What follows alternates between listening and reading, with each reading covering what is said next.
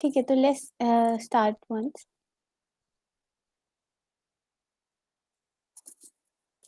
सबको screen visible है?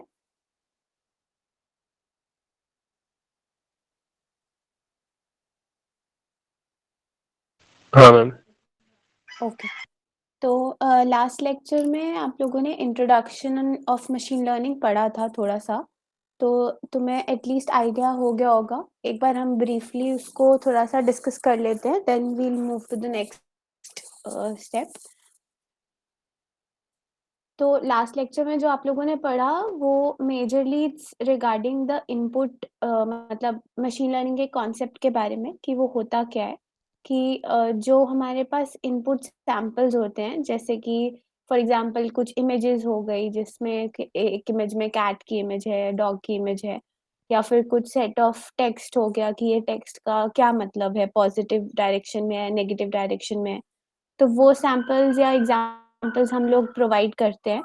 और 2 टाइप की लर्निंग मेथड होती है, एक होती है सुपरवाइज़्ड लर्निंग और दूसरा होता है अनसुपरवाइज़्ड लर्निंग। तो इन सुपरवाइज़्ड लर्निंग अ, हमें इनपुट सैंपल्स के ऑलरेडी टैग्स पता होते हैं कि लाइक इनपुट अगर हम एक कैट की इमेज प्रोवाइड कर रहे हैं, तो हम साथ में मेंशन करेंगे कि ये कैट है। डॉग की इमेज प्रोवाइड कर रहे हैं, तो मेंशन करेंगे कि वो डॉग है। सो दैट जो मशीन है वो लर्न कर पाए कि वो इनपुट सैंपल्स क्या हैं एंड अकॉर्डिंगली वो लर्न करके प्रिडिक्ट करे। दूसरी टाइप ऑफ लर्निंग वो होती है जिसमें हम लोग इनपुट सैंपल्स तो प्रोवाइड करते हैं, बट उसके कोई टैग्स प्रोवाइड नहीं करते हैं कि वो क्या चीज़ है। जस्ट लाइक हम डिफरेंट इमेजेस प्रोवाइड कर देंगे, कैट, डॉग, एवरीथिंग की, लेकिन ये नहीं बताएँगे कि ये इमेज कैट की है या ये इमेज डॉग की है। और फिर जो मशीन है वो उसे डायरेक्टली लर्न करेगी और प्रिडिक्ट करेगी कि वो एक कैट है या डॉग है। That method is called an unsupervised machine learning method. हाँ, तो डेटा टैगिंग आपने लास्ट टाइम समझा होगा कि जैसे मतलब हमें मशीन लर्निंग के काम को समझने के लिए, जैसे आप ही कुछ लोग हैं, आप लोग के दिमाग में ये फ़ीड है कि ये इमेज को हम देखेंगे तो हम इसे बता सकते हैं कि ये एक कैट की है या एक ह्यूमन बीइंग की है या एक डॉग की है। तो आपके दिमाग में क्यों फ़ीड है? Because from the very early stages of your life आप लोगों ने वो चीज़ लर्न करी है। आपको वो चीज़ दिखाई गई है कि ये इमेज को ये बोलते हैं। तो वो चीज़ें हैं, तो हमें इनिशियली एक मशीन को भी टैग प्रोवाइड करना पड़ेगा that whether it is which object it is. तो अभी जैसे ये इमेज है, ये इसका टैग है, ये किटन है, तो वो टैग हम प्रोवाइड करेंगे।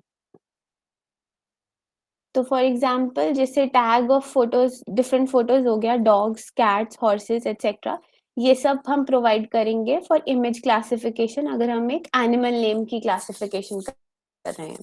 तो data tagging is very important in case of supervised learning. तो यहाँ तक किसी को भी कोई डाउट है?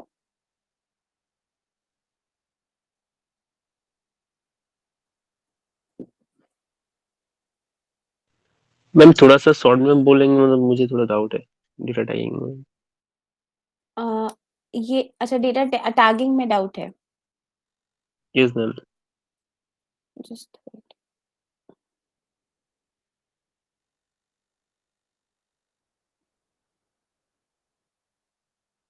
हुँ। तो डेटा टैगिंग, हाँ, डेटा टैगिंग क्या होती है? जैसे कि आप जब अपने इनिशियल स्टेजेस में थे, जब आप लोग सब छोटे थे, तो आप लोगों को नहीं पता होता था ना कि ये चीज़ कैट है या फिर ये चीज़ एप्पल है या ये बॉल है या क्या चीज़ है, राइट? या आपको already when you were born आपको आइडिया था कि क्या चीज़ होती है? Answer to my yes. Question, पता था आपको? Yes ma'am, yes ma'am. हाँ, तो उसी से जैसे कोई भी अगर मशीन है, इनिशियली कोई भी अगर एक सिस्टम है, जब हम चाह रहे हैं कि वो अपने आप आर्टिफ़िशियली बता पाए कि ये इमेज को क्या बोलते हैं, तो हमें पहले उसको एक टैग देना पड़ेगा। तो हम जैसे उसको इमेज प्रोवाइड करते हैं, साथ में ही उस इमेज का टैग भी प्रोवाइड करते हैं कि वो इमेज कैट की है। दूसरा इमेज हम प्रोवाइड करेंगे तो वो इमेज डॉग की है। तीसरा इमेज प्रोवाइड करेंगे तो वो इमेज हॉर्स की है।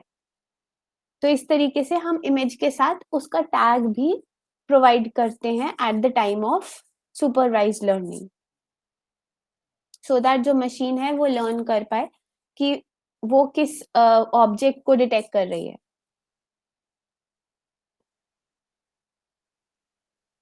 ठीक है, ये समझ आया? मतलब मैम हम मैनुअली टैग को डिफाइन करेंगे कि ये टाइप का एनिमल है या फिर दूसरे टाइप के एनिमल है? हाँ, पहले मशीन लर्निंग में 2 मेथड्स हैं, पहला है सुपरवाइज्ड और दूसरा है अनसुपरवाइज्ड।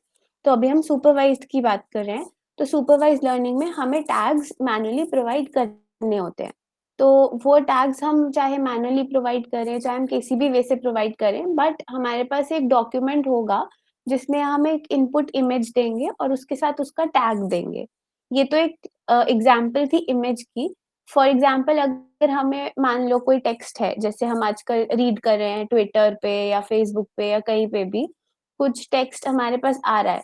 तो जो भी टेक्स्ट है हमें अगर बताना है कि वो टेक्स्ट पॉज़िटिव है या कोई मैसेज पॉज़िटिव है या नेगेटिव है, तो वो अगर हमारी मशीन हमें आर्टिफ़िशियली बता पाए कि वो मैसेज कैसा है, तो उससे पहले हमें उसको कुछ सैंपल जैसे प्रोवाइड करने पड़ेंगे, जिसमें हम ऑलरेडी उसका उस टाइप ऑफ टेक्स्ट का टैग बता सकें।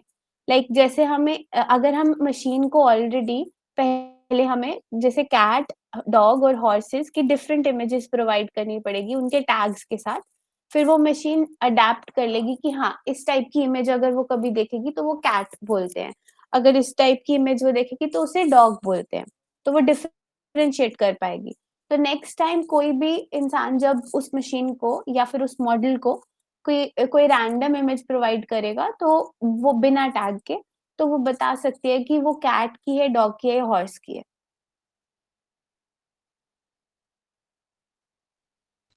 Okay ma'am. हुँ, तो इनिशियल स्टेज के लिए हमें उस मशीन को रेडी करना पड़ता है with the help of data tagging. ये डेटा टैगिंग सुपरवाइज्ड लर्निंग में यूज़ होती है।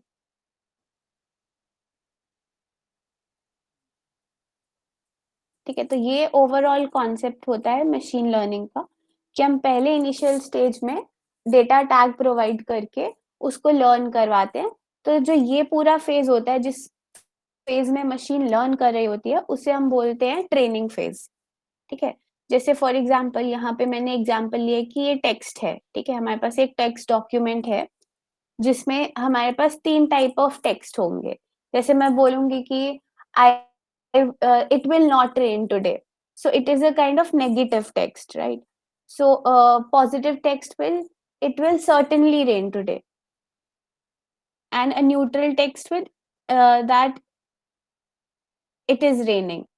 Okay, so we have to provide these types of text. हम लोग ये text देते हैं as an input हमारी मशीन को, कि वो समझ पाए कि कौन सा टेक्स्ट कौन सी कैटेगरी का है। जैसे हमने एक इमेज की बात करी कि वो समझ पाए कौन सी इमेज कौन सी कैटेगरी की है, वैसे ये दूसरा एग्जाम्पल है टेक्स्ट के बेसिस पर, कि हम एक मशीन को टेक्स्ट भी प्रोवाइड करेंगे और वो बता पाए कि वो टेक्स्ट पॉजिटिव है, नेगेटिव है या न्यूट्रल है।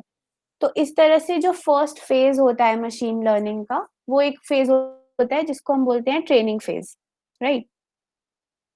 तो ट्रेनिंग फेज़ में क्या होता है कि मशीन पहले लर्न करती है कि उसे हम क्या सिखाना चाहते हैं। तो उस पर्पज़ के लिए जब हमने उसे टेक्स्ट इनपुट दिया, तो वो मशीन जो होती है वो पहले फीचर्स एक्सट्रैक्ट करती है कि उस टेक्स्ट के क्या फीचर्स हैं। जैसे मैंने बोला कि इट विल नॉट, अगर नॉट वर्ड आ रहा है, तो वो एक टाइप ऑफ फीचर बन गया, या अगर सर्टेन वर्ड आ रहा है, तो वो एक टाइप ऑफ फीचर बन गया। तो ऐसे तरह से एक फीचर का लेयर बन जाती है। फिर वो मशीन के अंदर जाती है और मशीन उससे लर्न करती है फीचर्स को, कि अगर इस टाइप का फीचर्स आते हैं, तो वो एक नेगेटिव डायरेक्शन में जा रहे हैं। अगर इस टाइप ऑफ फीचर्स आ रहे हैं, तो वो एक पॉजिटिव डायरेक्शन में जा रहे हैं। तो ये एक इनिशियल फेज़ होता है जिसके लिए हमें डेटा टैगिंग की ज़रूरत पड़ती है, ठीक है? This is called a training phase. तो एक बार हमारी ट्रेनिंग हो गई, तो जो हमारा मशीन होगा, उसे लर्न हो गया कि वो हम उसे क्या टास्क करवाने की कोशिश कर रहे हैं। उसके बाद जब हमारे पास मशीन लर्न कर लेती है और ट्रेनिंग फेज़ के बाद हमारे पास वो एक मॉडल बना के दे देती है, जो मॉडल बता पाएगा कि अब कि वो टास्क क्या है, लाइक वो टेक्स्ट क्या है, पॉज़िटिव है, नेगेटिव है, न्यूट्रल है। अब उसे कोई भी जगह पे टैगिंग की ज़रूरत नहीं है। तो ये हम इसलिए कर रहे हैं फॉर एग्ज़ाम्पल मैंने अपने थॉट से एक सिस्टम बना दिया कि एक मैंने मॉडल बना दिया जो आइडेंटिफ़ाई कर पा रहा है कि कोई भी टेक्स्ट पॉज़िटिव है, नेगेटिव है या न्यूट्रल है। तो जभी भी कोई थर्ड पर्सन उसे यूज़ करना चाहेगा, तो उसे ये ट्रेनिंग फ़ेज़ दोबारा से नहीं करना पड़ेगा। वो डायरेक्टली अपना इनपुट देगा और उस चीज़ से अपना आउटपुट देगा। ठीक है? जैसे अब आप लोग आजकल लैंग्वेजेज़ यूज़ करते हो, जैसे पाइथन यूज़ कर रहे हो, राइट? तो आप लोग उसमें कुछ डेटा डाल रहे हो, कुछ कमांड्स डाल रहे हो और वो डायरेक्टली आपको एक आउटपुट दे रहा है। लेकिन जो उसका बैकएंड पे पूरा सिस्टम है, वो किसी और ने बनाया है। उसमें उसने उसको लर्न करवाया है कि अगर ये वाली कमांड आएगी तो ये वाला आउटपुट आएगा, अगर वो वाली कमांड आएगी तो वो वाला आउटपुट आएगा। तो in this way training phase एक स्टार्टिंग का फेज़ होता है which is done only once. उसके बाद एक प्रिडिक्शन फेज़ होता है, वो कभी भी कोई भी पर्सन यूज़ कर सकता है एट एनीवेयर, ठीक है? तो उसमें वो अपना एक कोई टेक्स्ट प्रोवाइड करेगा या जो भी टास्क है वो प्रोवाइड करेगा। वो टास्क के बाद उसके फीचर्स एक्सट्रैक्ट होंगे और वो मॉडल सीधे प्रिडिक्ट कर देगा उसका टैग कि वो पॉजिटिव है, नेगेटिव है या न्यूट्रल है। तो ये एक प्रोसेस है मशीन लर्निंग का। यहाँ तक किसी को कोई डाउट है?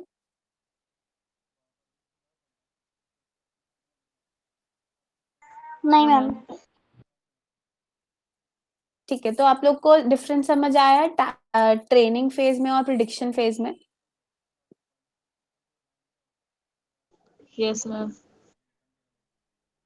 ठीक है, तो कोई मुझे बता सकता है कि ट्रेनिंग क्यों की जाती है?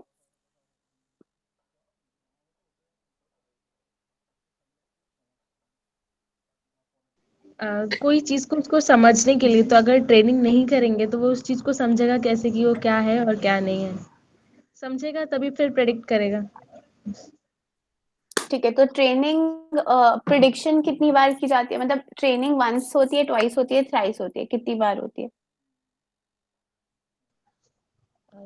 ट्रेनिंग एक बार होगी, फिर लाइफ टाइम प्रेडिक्शन होगा कि वो कैसे उस चीज को फिर प्रेडिक्ट करता रहेगा वो बार बार। राइट, ठीक है, तो हम नेक्स्ट अब मूव ऑन करते हैं। ये था सुपरवाइज लर्निंग में, जिसमें हमें ट्रेनिंग के टाइम पे टैगिंग कर रहे थे अलोंग। तो अब हम सुपरवाइज मशीन लर्निंग का एक मेथड पढ़ेंगे जिसको बोलते हैं, एक तो टास्क होता है रिग्रेशन, एक टास्क होता है क्लासिफिकेशन। तो अभी तक जो हम यहाँ पर पढ़ रहे थे, जो इमेज का था, वो एक क्लासिफिकेशन टास्क था जो कि सिर्फ बता पा रहा था कि ये कौन सा एनिमल है, या फिर बता रहा है कि टेक्स्ट 0 पॉजिटिव है, नेगेटिव है या न्यूट्रल है। तो मतलब 1 क्लास है, 2 क्लास है, 3 डिफाइंड क्लास है, नंबर ऑफ क्लासेस है हमारे पास कि उसको कितने टैग्स दे सकते हैं हम, 1, 2 या 3 या 4 लिमिटेड टैग्स हैं। लेकिन जो दूसरा टास्क है दैट इज अबाउट रिग्रेशन। तो रिग्रेशन में कोई भी चीज एक पर्टिकुलर क्लास नहीं है कि हम बोले कि ये 1 पे बिलोंग करेगा, ये कैट को बिलोंग करेगा, ये डॉग को बिलोंग करेगा। बट रिग्रेशन एक एक्सपेक्टेड आउटकम है जो कि एक कॉन्टिन्यूस नंबर है। जैसे कि फॉर एग्जाम्पल, जैसे कि अगर मैं एक एम्प्लॉय हूँ और मैं कहीं जॉब कर रही हूँ, राइट? तो वहाँ पर मैं एक फीमेल हूँ, मैं जॉब कर रही हूँ, मेरी एक पर्टिकुलर एज है। तो depending upon all this category और मैं कितने डेज़ जॉब कर रही हूँ, मेरी एक डिफाइंड सैलरी होगी। सिमिलर पोज़ीशन पे कोई और है, that is a male person, वो एक दूसरी एज ग्रुप का मेंबर है और वो कुछ 2 मंथ्स के लिए जॉब के लिए आया है और मैं 1 मंथ के लिए जॉब के लिए आई हूँ। तो उसकी कितनी डिफाइंड सैलरी होगी? तो सच काइंड्स ऑफ एक्सपेक्टेड रिजल्ट्स को हम आर्टिफिशियली कैसे प्रिडिक्ट कर पाएँ, रादर देन हमें खुद बैठकर उसे कैलकुलेट ना करना पड़े कि इस के हिसाब से कितनी सैलरी बने। तो ये सब जो रिजल्ट्स हैं वो आर्टिफिशियली एक मशीन डिलीवर कर पाए, उसके लिए हम बोलते हैं रिग्रेशन टास्क। ठीक है? तो रिग्रेशन में हमें कॉन्टिन्यूअस नंबर मिलता है, लाइक किसी की सैलरी 15,000 हो गई, तो किसी की सैलरी 16,000 हो गई। तो इट्स लाइक कॉन्टिन्यूअस नंबर्स। ऐसा कोई पर्टिकुलर क्लास नहीं है कि उसकी सैलरी 1 होगी या 2 होगी या 3 होगी। तो इसीलिए कॉन्टिन्यूअस नंबर है। तो इस टाइप के मॉडल्स भी सुपरवाइज्ड मशीन लर्निंग के अंडर आते हैं। तो ये है फर्स्ट टाइप ऑफ मॉडल है which is used to predict quantities such as कि probability उस event के होने की कितनी है, या फिर उसका output किस रेंज में आ रहा है, या फिर कितना आएगा, ठीक है, कि उसका एक्सपेक्टेड रिजल्ट क्या आएगा। तो इसी पे हम एक और एग्जांपल लेते हैं, लाइक अगर हम लोग like for example predicting the value of a property in a specific neighbourhood, जैसे कि ये एक पर्टिकुलर एरिया है खड़गपुर का, तो इसमें एक प्रॉपर्टी की वैल्यू निकालना कि वो कितनी उसके आसपास ट्रैफिक है, कितने लोग रह रहे हैं, और पर स्क्वायर फीट कितना एरिया है, तो अकॉर्डिंगली हम उसकी एक वैल्यू निकालेंगे। तो that is also regression task. और सिमिलर वे से जैसे अभी कोविड स्प्रेड हुआ था, ठीक है, तो एक पर्टिकुलर रीजन में कितने लोग हैं और कितना अमाउंट ऑफ पीपल है और कितना उसका स्प्रेड रेट है, ये सब चीजें हम आर्टिफिशियली मशीन हमें निकाल के दे रही है, तो that is also regression task. एक एक्सपेक्टेड आउटकम हमारे पास आ रहा है, ना कि हम बैठकर हम इतने हजार लाखों लोगों की पॉपुलेशन का काउंट लेकर फिर उसको इवेल्युएट करें कि कौन से लोग किसके कांटेक्ट में आया है। तो अगर हम ये सब मैन्युअली करने लगे तो that will be a very burden for all of us, ठीक है। तो फॉर दिस पर्पस हम लोग रिग्रेशन को यूज करते हैं, राइट। तो सबको ये एग्जाम्पल समझ आया? Yes ma'am. ओके, तो अभी हम पढ़ते हैं, next one is linear regression. there's any notification? Okay. ठीक है, तो next one is linear regression. तो अभी हमने जो रिग्रेशन पढ़ा कि हमें रिग्रेशन में से एक्सपेक्टेड एक आउटकम चाहिए, तो उसके लिए डिफरेंट डिफरेंट मॉडल्स होते हैं।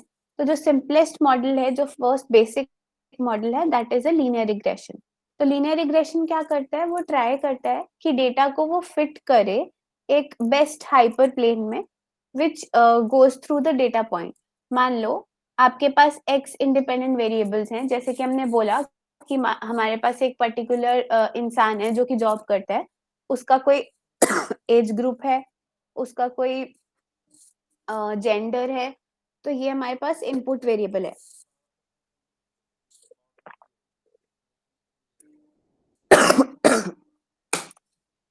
तो उस इनपुट वेरिएबल पे डिपेंडेंट करके हमारे पास एक उसका आउटपुट सैलरी वेरिएबल आ रहा है, जिसको हम y बोलते हैं।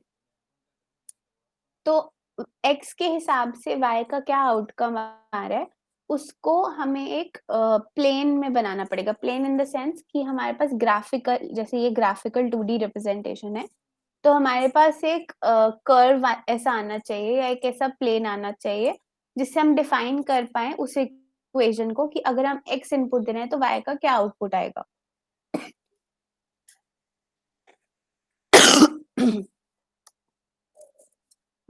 तो जैसे हम इस एग्जांपल से दिखाते हैं कि ये हमारे इंडिपेंडेंट वेरिएबल्स हैं एक्स एक्सिस पे, और वाई एक्सिस पे हमारा डिपेंडेंट वेरिएबल है। डिपेंडेंट वेरिएबल मींस जो हमारा आउटपुट होगा।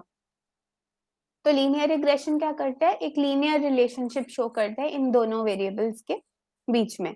जैसे कि आपने देखा कि अगर जो x के कॉरेस्पॉन्डिंग हम जब y को प्लॉट कर रहे हैं हियर, तो ये डिफरेंट डिफरेंट डेटा पॉइंट्स हमारे प्लॉट हो रहे हैं। तो अब उस डेटा पॉइंट्स को हम एक इक्वेशन में, मैथमेटिकल इक्वेशन में फॉर्म कर सकते हैं, और हम बता सकते हैं कि लाइन ऑफ रिग्रेशन क्या है, जो कि बेस्ट रिप्रेजेंट कर सकती है इनपुट वेरिएबल्स और आउटपुट वेरिएबल्स को।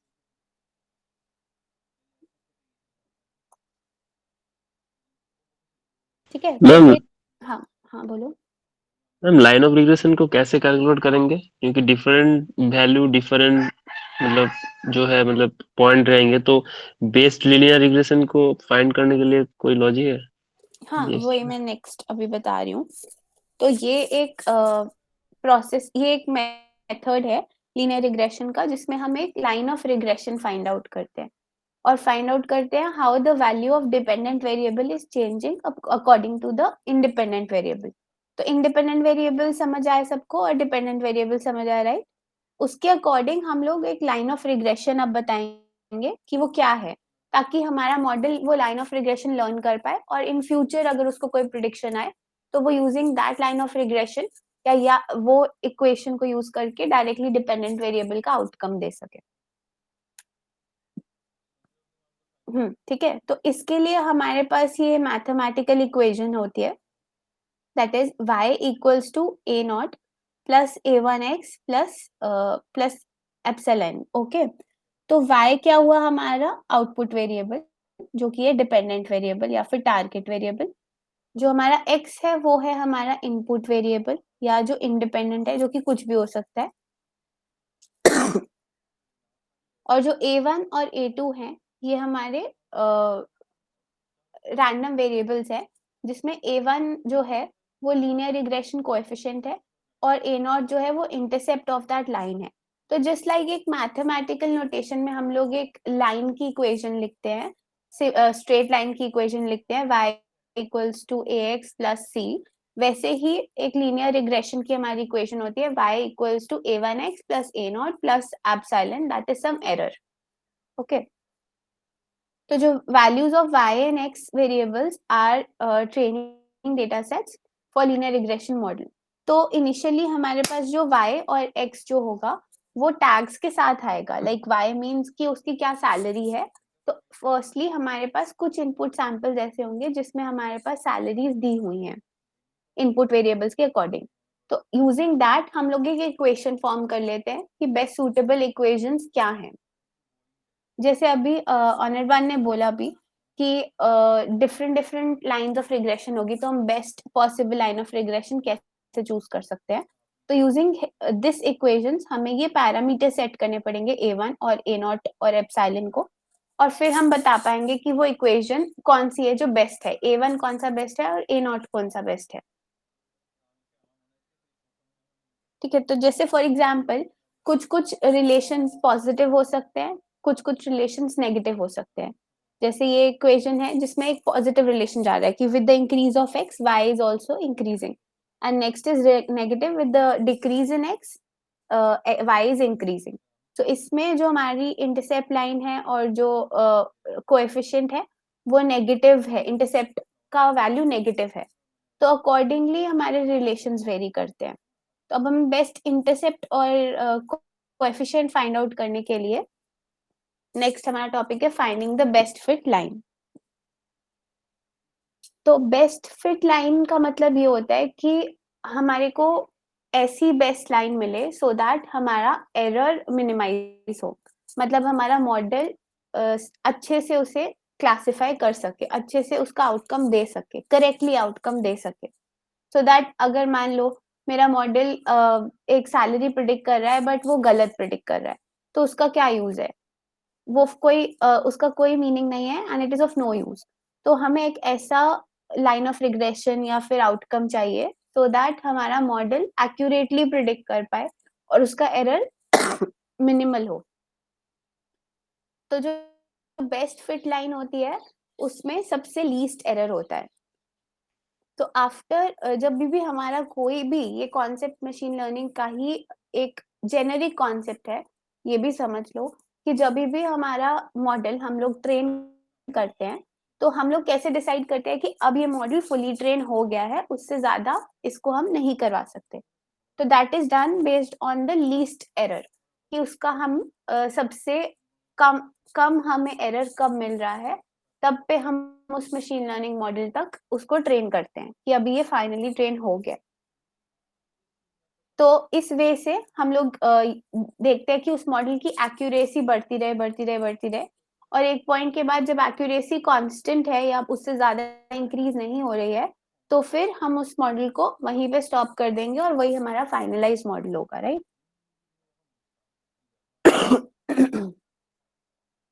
तो इस केस में जब हम बेस्ट फिट लाइन कर रहे हैं तो हमारे पास डिफरेंट वैल्यूज ऑफ वेट्स और कोएफिशिएंट्स होंगे, जैसे कि हमने a0 और a1 की बात करी, जो कि हमारे को different lines of regression provide करेंगे। सो इसको कैलकुलेट करने के लिए जो टर्म हम यूज करते हैं, जैसे हमने अभी डेटा टैगिंग यूज करी, फिर डेटा ट्रेनिंग यूज करी, फिर डेटा प्रिडिक्शन यूज करी, तो एक जेनेरिक टर्म जो हम यूज करते हैं that is the cost function. Cost function का मतलब ये होता है कि हमें उसका एरर मिनिमाइज करना है, कि उस मॉडल से हमारी क्या कॉस्ट आ रही है, कि वो कॉस्ट हमारी बहुत ज्यादा है, दैट मीन्स एरर बहुत ज्यादा है। अगर कॉस्ट फंक्शन की वैल्यू लो है दैट मीन्स एरर बहुत लो है। तो हमें मिनिमाइज करना है एरर को। जब भी हम उसको ऑप्टिमाइज और मिनिमाइज कर देंगे तब हमारे पास वो मॉडल का एक्यूरेट मॉडल हमारे पास रेडी हो जाएगा। तो यहाँ तक कॉस्ट फंक्शन सबको समझ आया?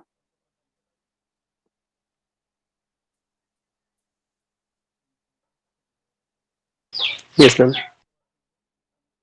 ठीक है, जब भी जैसे आप कोई भी एक नई चीज बनाते हो या फिर आप कोई भी एक फाइल लिखते हो, तो आप उसमें चेक करते हो कि ये अभी फाइल बेस्ट बनी है या फिर नहीं बनी है, अभी भी इसमें कुछ एरर है कि नहीं है। इवन आप जब सी का कोड लिख रहे हो या पाइथन का कोड लिख रहे हो, तो आप जब कंपाइल करते हो तो there are still some errors left, तो आप तब तक कोशिश करते हो जब तक वो एरर मिनिमाइज ना हो सके। तो द सिमिलर वे मॉडल तब तक ट्रेन करेंगे जब तक वो एरर मिनिमाइज ना कर सके, और उस एरर मिनिमाइजेशन को हम बोलते हैं cost function.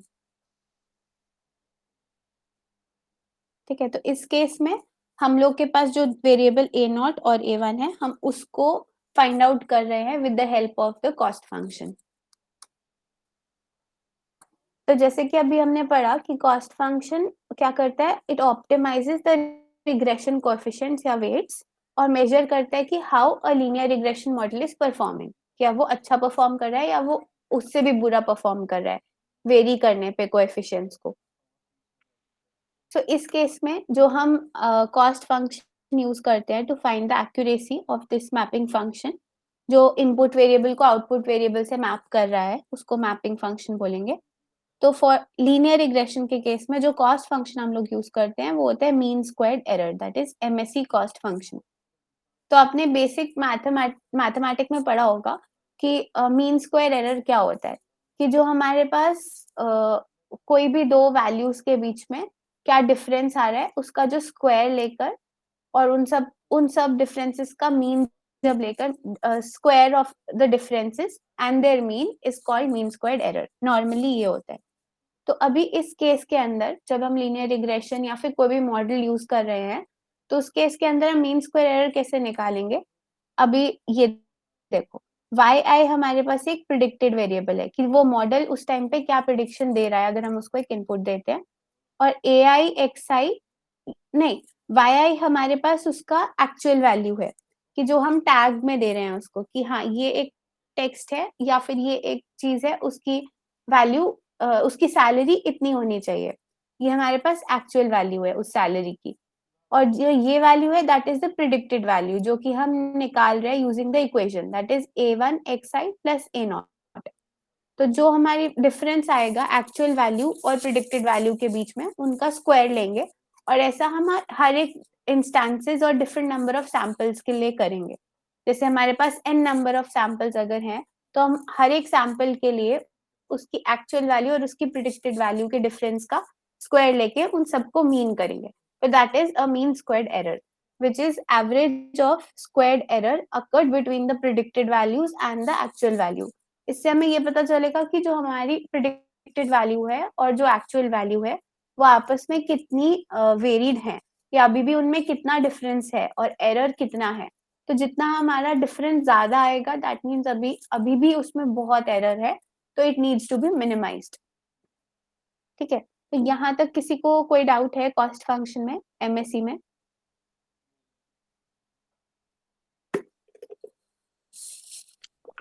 No ma'am.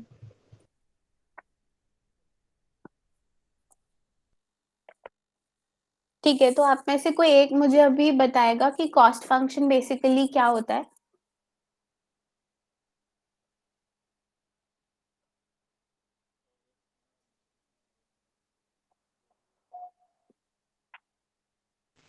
Ma'am cost function जो होता है मैम, कोई रिग्रेशन प्रॉब्लम को ऑप्टिमाइज करने के लिए उसका मतलब एरर मिनिमाइज हो रहा है या फिर मतलब उसका जो रिजल्ट आएगा तो वो ऑप्टिमाइज्ड है, या फिर उसका एरर ज्यादा है तो वो उसको मतलब मेजरमेंट करने के लिए हम कॉस्ट फंक्शन को यूज करते हैं।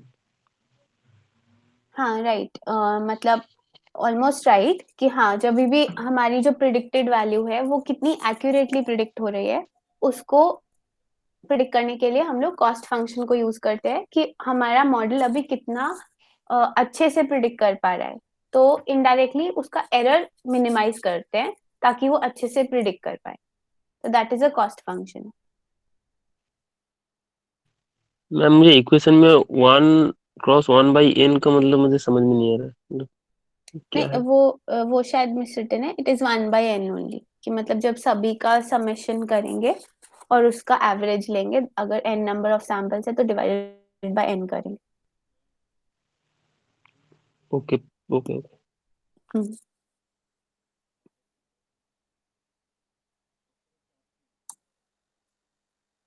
ठीक है। तो जैसे अभी हम ये देख रहे हैं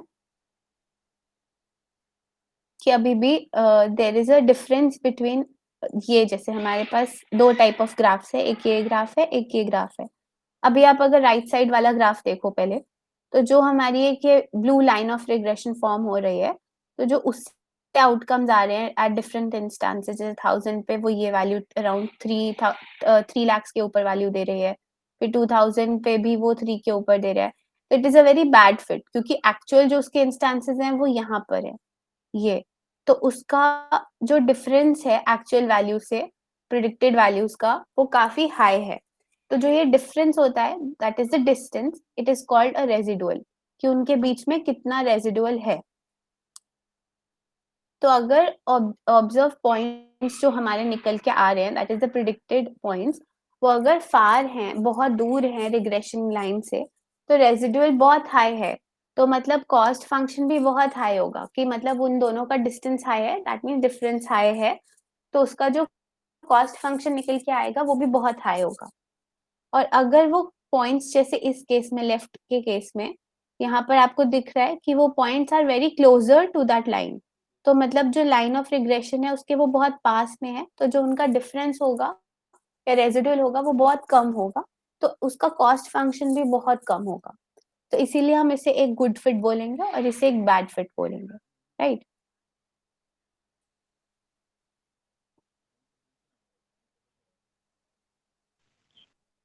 तो यहाँ तक क्लियर है कि ये लाइन गुड फिट है, एरर हम मिनिमल करेंगे कि ये लाइन गुड फिट है और वो लाइन बैड फिट है, क्योंकि उसका जो डिफरेंस है वो बहुत हाई है, दूसरे का डिफरेंस बहुत कम है, that means it is a good fit.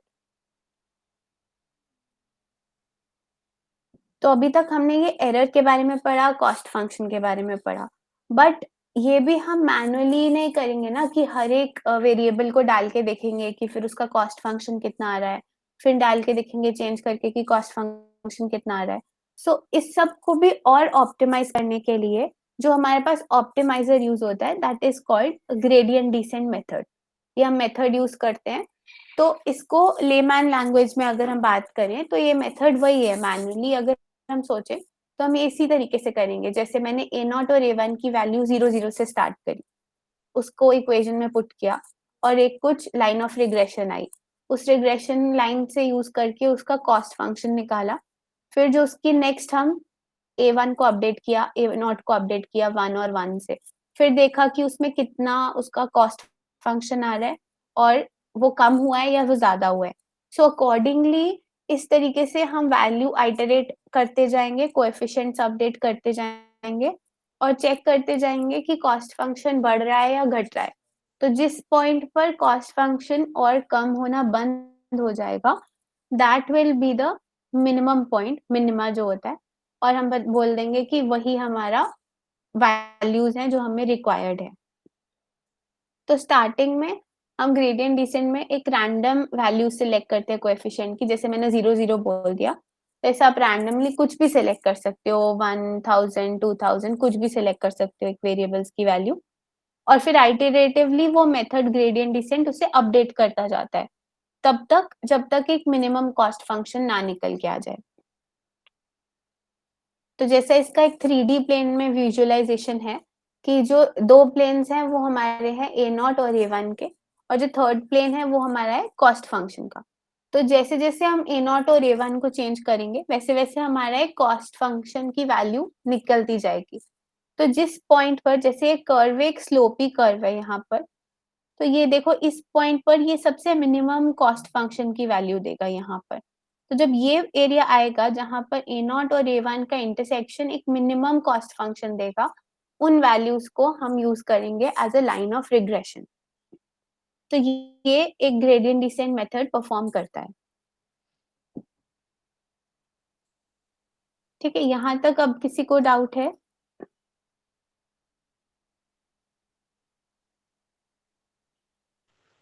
Ma'am ये थोड़ा और एक बार ग्रेडियंट बोलिए। डिसेंट एक बार एक्सप्लेन कर दीजिए। ओके, जैसे फॉर एग्जांपल आपने यहाँ पर देखा, ये एक A0 A1 का पैराम सेम हमारे पास कुछ पॉइंट्स हैं और ये हमारी जो लाइन है, इसमें A0 और A1 की कुछ एक पर्टिकुलर वैल्यू है, ठीक है? लेकिन इसमें देखो जो एरर है वो बहुत मिनिमम है, मतलब लाइन बहुत अच्छे से फिट कर रही है।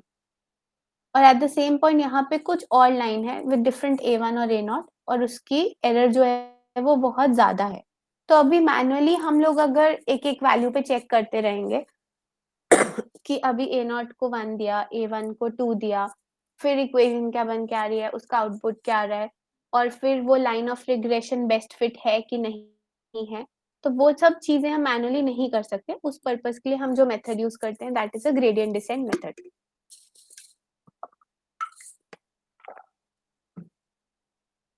तो ग्रेडिएंट डिसेंट क्या करता है, ये ट्राई करता है कि हमारा कॉस्ट फंक्शन मिनिमाइज हो by calculating the gradient of the cost function. मतलब कि कॉस्ट फंक्शन हर एक पॉइंट पर कितना कितना वैल्यू ले रहा है। तो एक regression model gradient descent method use करता है टू अपडेट इट्स कोएफिशिएंट। जो हमने A0 और A1 देखा, उसको अपडेट करने के लिए हम directly gradient descent method use करते हैं।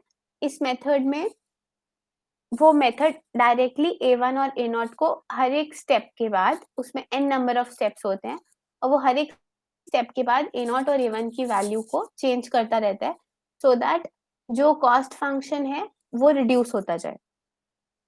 तो फर्स्टली वो एक रैंडम वैल्यू सिलेक्ट करेगा A0 और A1 की, फॉर एग्जांपल से 0 और 0 ली, तो लाइन ऑफ इक्वेशन क्या बनी, y इक्वल्स टू 0, ठीक है? y इक्वल्स टू 0 पे शुरू किया कि हर बार आपको आउटकम y इक्वल्स टू 0 ही मिल रहा है। तो एक कुछ पर्टिकुलर कॉस्ट फंक्शन आएगा जो कि बहुत हाई वैल्यू होगा क्योंकि हमें पता है हमेशा तो हमें 0 नहीं मिल रहा। तो उसके बाद वो वैल्यू अपडेट करता जाएगा, जैसे A1 को 1 किया, A0 को भी 0 ही रहने दिया। Then it will again check the cost function कि उस कॉस्ट फंक्शन की कितनी वैल्यू आ रही है। ऐसे ऐसे करते करते वो कॉस्ट फंक्शन की वैल्यू चेक करता रहेगा। फॉर एग्जांपल जब हम यहाँ, ये एक 3D इमेज विजुअलाइजेशन है जहां पर एक साइड पर हमारा आपको मिलेगा A1, दूसरी साइड पे है A2 और एक साइड पे हमारा है कॉस्ट फंक्शन। तो ये क्या बोल रहा है कि जब A1 की वैल्यू जैसे मान लो 0 थी या फिर A1 की वैल्यू भी 0 थी, A0 की वैल्यू भी 0 थी, तो हमारा जो कॉस्ट फंक्शन था वो यहाँ पर आ रहा था, कहीं ये लाइन आ रही थी, राइट? ये एक लाइन ऑफ रिग्रेशन देता और कॉस्ट फंक्शन हमारा हाई आ रहा था। फिर हमने A0 A1 को थोड़ा अपडेट करते रहे, तो कॉस्ट फंक्शन थोड़ा रिड्यूस होता गया। वैसे और फर्दर मूव किया तो कॉस्ट फंक्शन ऐसा मिनिमम पे आ गया।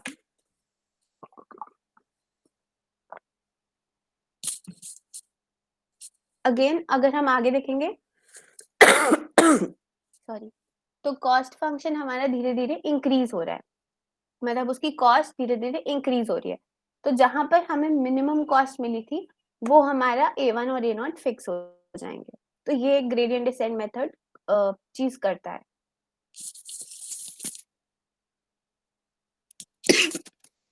यहाँ तक सबको समझ आया? मैम आज क्लास क्विट कर सकते हैं, ये प्रॉब्लम। हाँ, मतलब यही लास्ट टॉपिक था आज के लिए, तो इसके बाद हमारा नेक्स्ट अभी कोई टॉपिक नहीं है, तो ये आप कर सकते हो। बट यहाँ तक सबको क्लियर हुआ? Yes ma'am. Yes ma'am. अच्छा, आप लोगों की अभी कोई नेक्स्ट क्लास है क्या? नहीं नहीं। अच्छा अच्छा, ठीक है। तो यहाँ तक आई होप सबको क्लियर हो गया कि लीनियर रिग्रेशन कैसे हो रहा है और कॉस्ट फंक्शन क्या है। हाँ मैम। ठीक है, तो आज के लिए ये टॉपिक यहीं पे क्लोज करते हैं। तो इसकी प्रैक्टिकल इम्प्लीमेंटेशन हम लोग नेक्स्ट सेशन में देखेंगे, जिसमें हम लोग एक्चुअली देखेंगे कि लीनियर रिग्रेशन को यूज कैसे कर रहे हैं और उसका ग्रेडियंट डिसेंट को यूज कैसे कर रहे हैं और आउटपुट कैसे आ रहा है।